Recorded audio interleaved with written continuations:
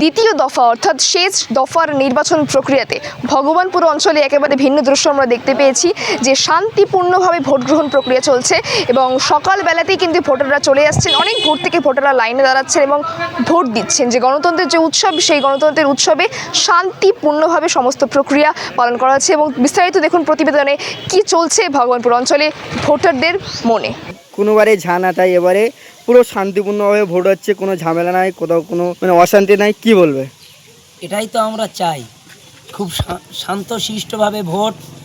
আমাদের মাননীয় নওশাদ সিদ্দিকী মহাশয় তিনি যেভাবে আমাদের নির্দেশ দিয়েছে, আদেশ দিয়েছে, সেইভাবে আমরা আমাদের কাজ এগিয়ে গিয়েছি এবং যেভাবে মানুষ শান্তশিষ্টভাবে ভোট দিচ্ছে, আজকে প্রশাসনের বন্ধুরা যেভাবে সহযোগিতা করছে ভোট দেওয়াকে লক্ষ্য করে, অসংখ্য ধন্যবাদ জানাই তাদেরকে। যে আজকে যেভাবে মানুষ যে ভোট দিচ্ছে, ভোট দান করছে, অসংখ্য ধন্যবাদ সবাইকে। এই যে এবারে এমন শান্তিপূর্ণ ভোট এর আগে কোনো সময় দেখা হয়েছে না। শাসক দল যেভাবে একের পর এক গত বিধানসভাগুলোকে চক্রান্ত করে আমাদের উপরে হামলা চালিয়ে গিয়েছে, সেটাকে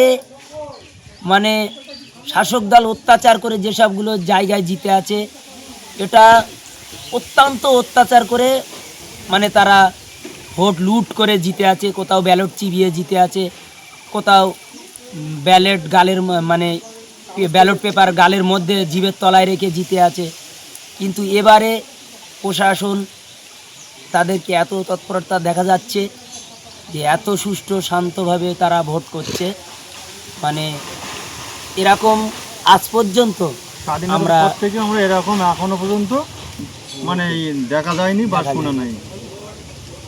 কালকে কয়েক জায়গায় দেখা গিয়েছে যে তৃণমূলের প্রার্থীরা বা তৃণমূলের লোকজনরা টাকা দিয়ে ভোট কেনার চেষ্টা করেছে। ভাঙড়ের এলাকার মধ্যে কি এমন কোনো কিছু ঘটেছে? দেখেন, প্রচুর টাকা ঢুকিয়েছে শাসক দল, প্রচুর টাকা, যেটা আমাদের কাছে খবর আছে।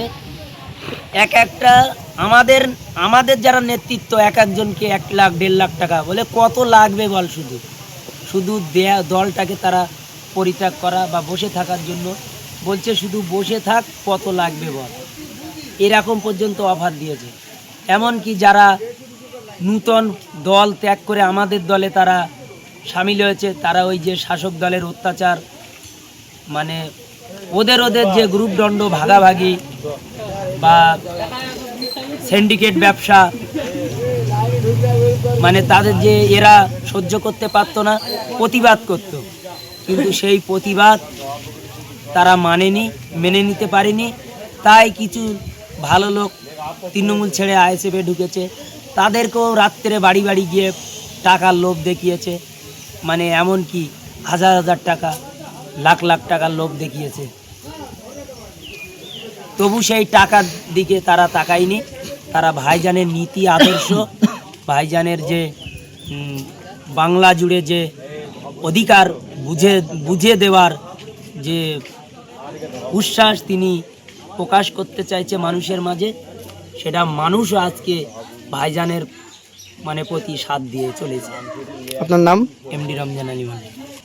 না, আমরা দেখেছি বিগত দিনে যেরকম জুলুম অত্যাচার শাসক দল করত, তার জন্য নির্বাচন কমিশনার তাকে ধন্যবাদ জানাই।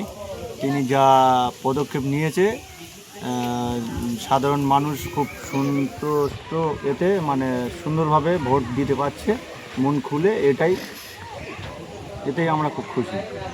এগিয়ে তো যাবে নিশ্চয়ই আমাদের মাননীয় বিধায়ক নওশাদ সিদ্দিক সাহেব, 100% তিনি যেভাবে ভোট শান্তশিষ্টভাবে হচ্ছে, এইভাবে লাস্ট পর্যন্ত যদি ভোট চলতে থাকে শান্তশিষ্টভাবে, লক্ষ দিকের বেশি ভোটে নওশাদ সিদ্দিকী জিতবে, এটা আমাদের আশা।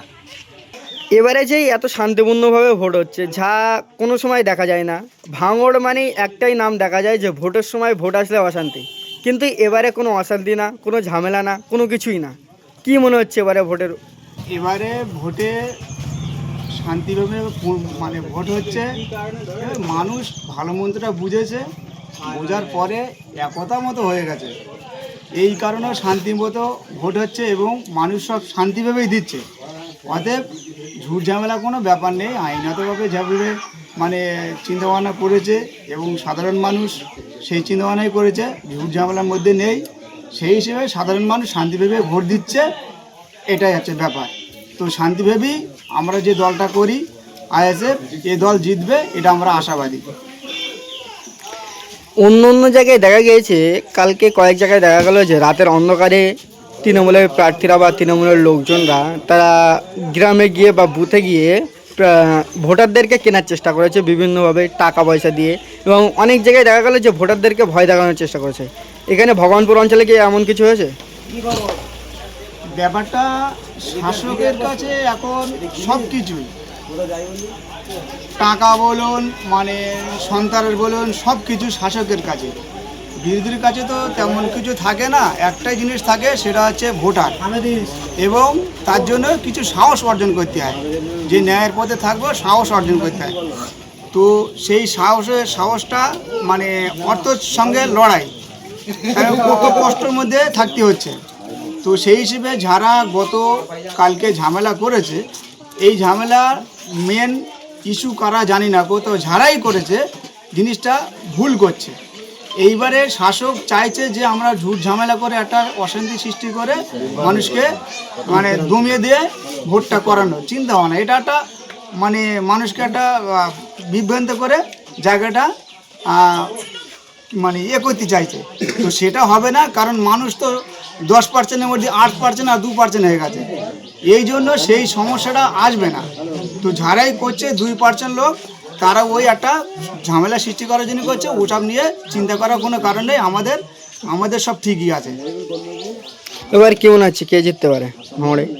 এবারে আইএসএফ আর কে আছে আমাদের এই মানে 148 মানে বিধানসভায় আমরা একদম 100 আশাবাদী। মানে 4 তারিখের পরে আমরা আশা করে আছি ফলাফল ভালো পাবই, এটা আমাদের মানে অগ্রিম আশা। এবং আমরা যা করেছি, মানুষের কাছে গিয়েছি, ভালো মন্দ কথা বলেছি, মানুষের চিন্তাধারা যেটা হয়েছে আমরা দেখছি, সেটাই ফলাফল ভালো হবে, এটা আমরা আশাবাদী, জিতছি। ভাঙড় আইএসএফ কতটা ভোটে জিততে পারে? 1 লক্ষর অধিক ভোটে জিতবে ভাইজান নওশাদ সিদ্দিকী। কোনো ভোটের পরে বা বেলার দিকে কি কোনো ঝামেলা হওয়ার কোনো সম্ভাবনা আছে? না, কোনো ঝামেলা নেই, সব তো আইএসএফ। 100-র মধ্যে 90% আইএসএফ আর 10% ওদের আছে। ওরা 10% কি করবে? 90% আইএসএফ।